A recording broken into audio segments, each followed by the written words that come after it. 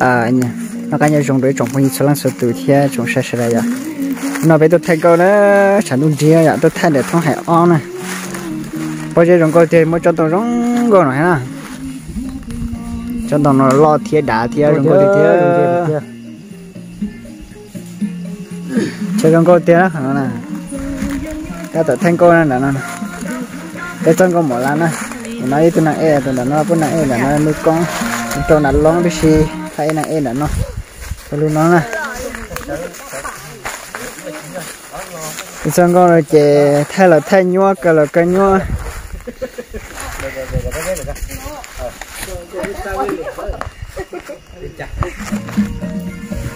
ba xe ba một chân cái hết vậy và đi xe thì này rồi thì nhà bé hồ là nhà bé hồ là xe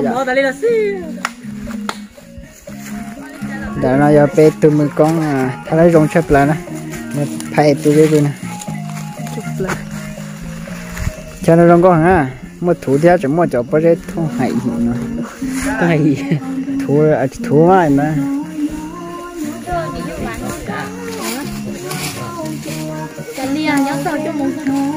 này từ rong con món to xíu nè ta tạo ra không giờ không có ôi ông có gì chỉ rất là đang có hôn cho rồi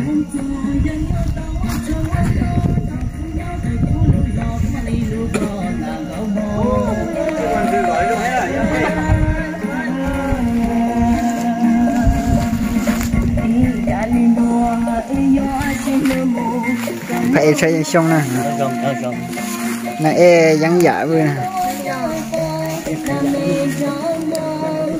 quá chị hay nói ha hay mà ba bảy tỷ ta mới挣够钱了，这是宝贝回家。có bao nhiêu không có hả?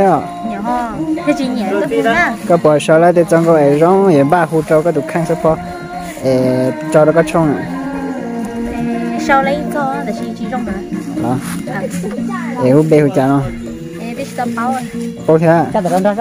Là sau là bao bê là. Nó từ cờ lấy xả bao bê. Cái số rong hay cái số tủ hàng này. Chín mềm mà. Số bao rồi. Đây mày bú nó nè. Hay thế. Đi xuống ha. Có chưa? Tôi chân câu này một lần nữa. Chân câu nó chỉ thay ra tụ à? Chân câu một lần nữa. Có bị số lên câu nhá? Lấy tiền à? Mình sẽ bắt chân này. Ở trên nhà trong một số khai là khu thao thế. Đây được phải lo xe này nè. Nãy số đất cô cho chỉ khai này. Đấy, giờ ba. Chẳng là bây giờ bị trả cho nó giống trái giống khi chúng nó món nào nó tôi thấy gì bên nè trong trong thì đó sao bây tôi thay cho thì đó chẳng luôn đi có xe được là chẳng phải này nhau phải luôn nó bây tôi thay cho cái khó chờ nó trong câu được là nói cho cái khăn nó bây tôi thay lúc nó bây giờ này bây tôi thay nó là chỉ thay là thay cho hu chả thấy hồn nào vậy? Lắc khoan cái xe. Quá chi ở bên này nó à? Quá chi nó à?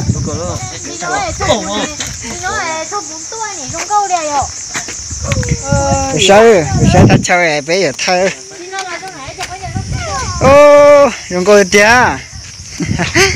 Chỉ dùng câu tia liệu. Thay luôn sang luôn nha, bây giờ là nó quá đây ta dùng một chúng sang đây liệu. Để trong thời hạn thì chỉ có xe từ tiền liệu. Để cho nó người phải xài nè. Ở trên đây nào cô rong co rồi đi chứ. Lúc nào câu chỉ tên chỉ chờ có xe tiền liệu trồng cái gì.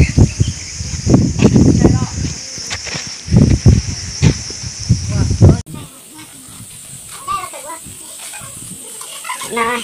Ở này nè. Ở trên này chị nè.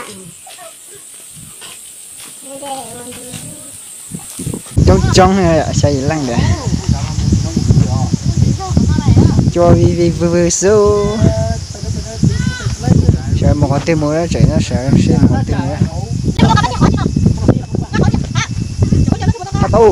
Tao. Chị tao nè.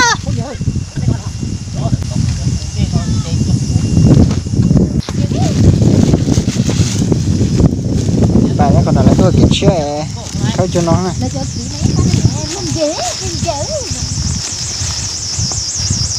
anh nói mẹ chụp quý có con giờ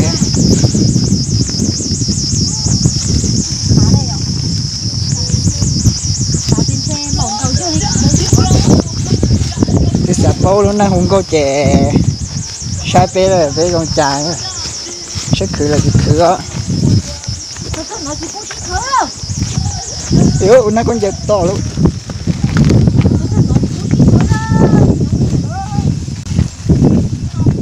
cho chán đâu rồi nó bây giờ tôi thì chán không đặng đặng chưa đặng quay có nói hết rồi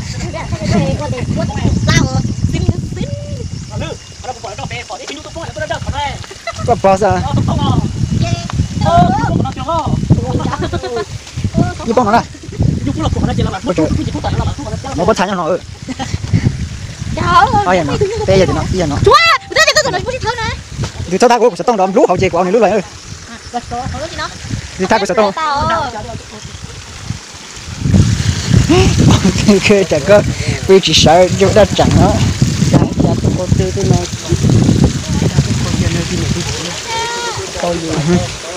cho nói bây giờ thay nó sao bây giờ phải thì cho là trong bây giờ tiêu băng hà không nhận là tung cả băng hà cũng không nhận ta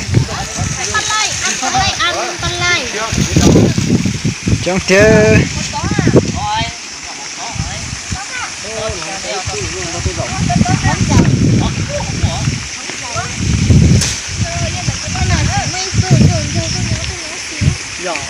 anh ấy là năng giống giả mấy phát lâu anh ấy là phải lông thiết giờ trong câu thiết giờ có sẽ thiết giờ sát đấy ít thắp qua đây một tí hết rồi nè, chúng ta